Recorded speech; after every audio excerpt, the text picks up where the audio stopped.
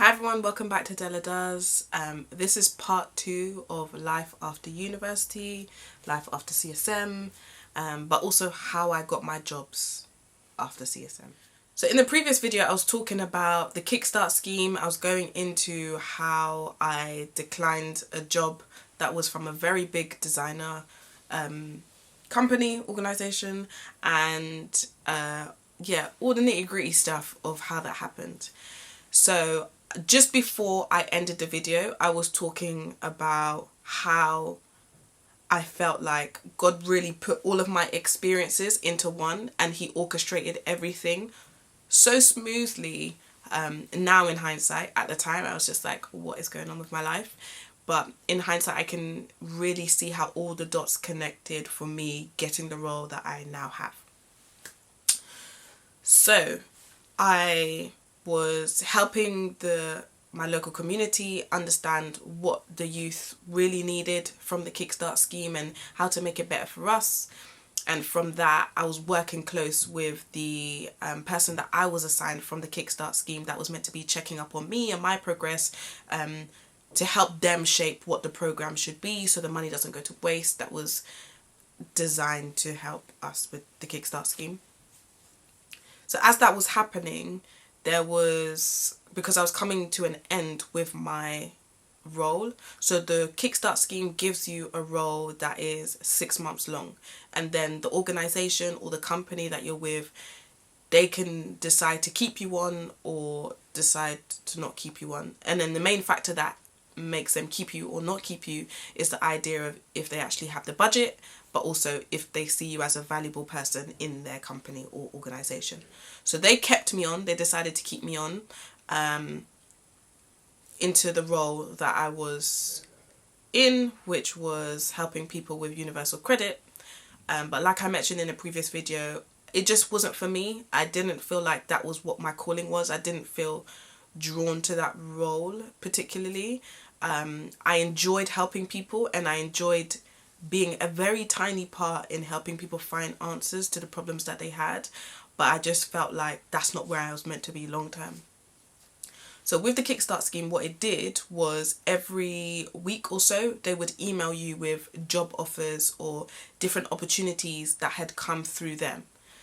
So I was, as you do every week, looking at, what is available. I saw an opportunity to work for a charity that basically helps young people that are from disadvantaged backgrounds to succeed in life, in education and employment. And employment, life and education are very big things to me because I'm so strong about them. Like, I have such strong opinions about them. I feel like there is a lack of information and a lack of, what's the right word? Opportunities for young people to receive the right information to succeeding in these areas if they come from disadvantaged backgrounds. They are not disadvantaged. They're like the area in which they're in, the situations around them are disadvantaged, which then lead to them being in disadvantaged situations.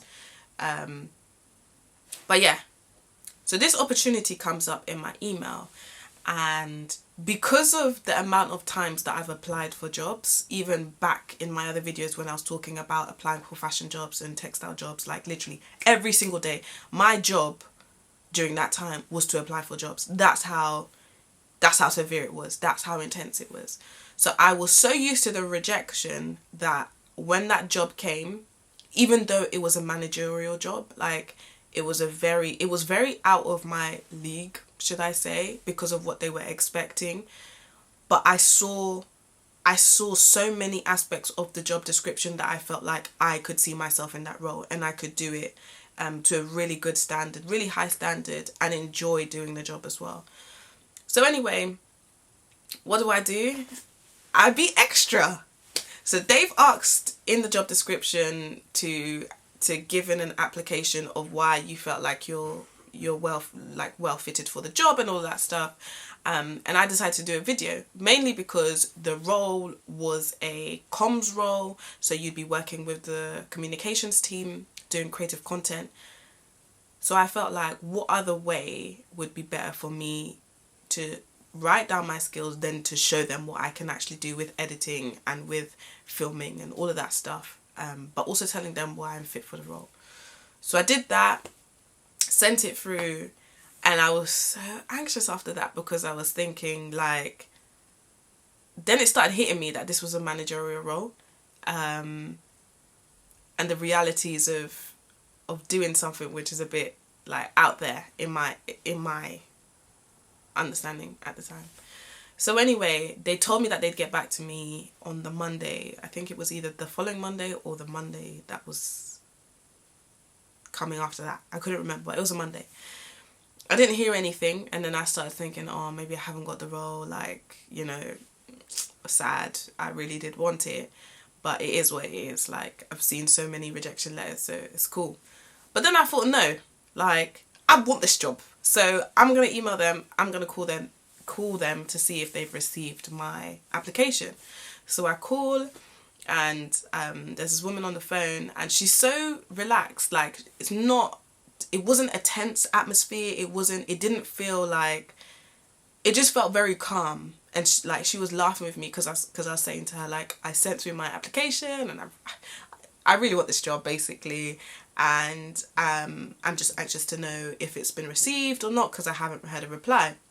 And then she just started laughing on the phone, and she was like, oh no, it's fine, like, we've received your application, I've seen that it's been processed, we just need to make a decision. So I was like, okay, cool. After that, what happens is I get a call from one of the people who would be looking at my application.